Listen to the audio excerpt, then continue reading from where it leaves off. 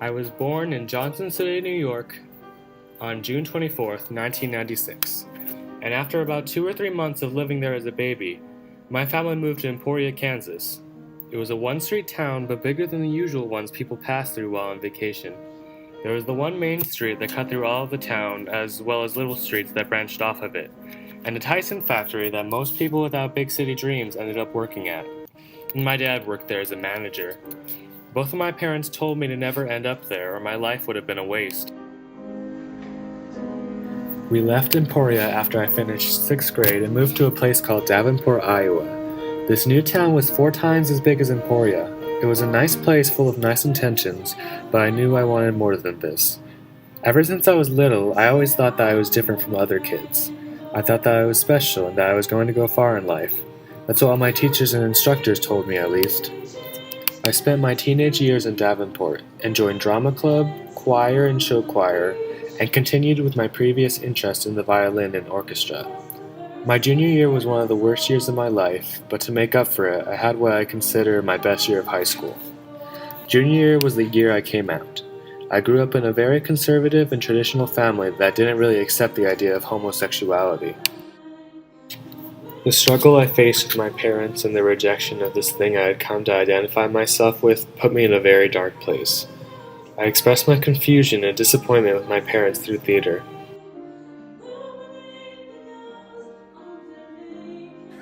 Drama club helped me get through a lot that year.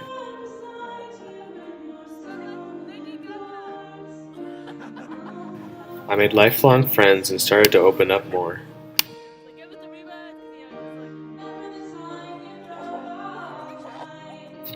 I started to wonder if I wanted to actually continue doing theater in college, and I decided that acting wasn't really my forte. Acting was fun, but I had a terrible fear of performing. My anxiety didn't help at all.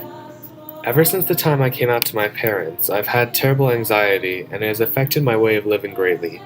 I could tell you what happens, the causes or triggers, the symptoms, but that wouldn't help you imagine how I felt. All I can tell you is that it's like someone's holding you back. You want to open your mouth to talk, but someone's keeping it shut. Your thoughts become blurred, and you become a paranoid person.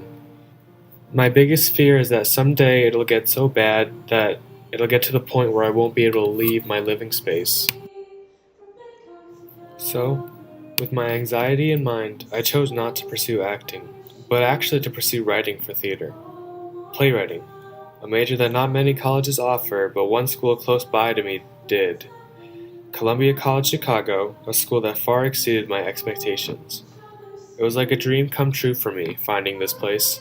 Still, in the pit of my stomach, I felt someone tugging at me, trying to pull me back.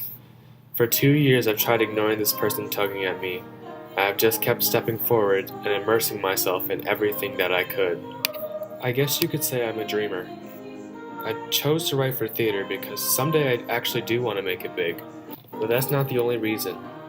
There are other people out there in the world who go through the things I go through, and a lot that go through worse things. I write so I can produce something that can be put out into the world for others to relate to and know they're not alone. With this in mind, I applied for Columbia during my senior year, got in, and was scheduled to move in on the 26th of August. The familiar tugging grew stronger, and in return, I stepped forward with even more force towards the city of my dreams, Chicago. Hello, Chicago. I'm Kenny Thack, and this is the first day of my life.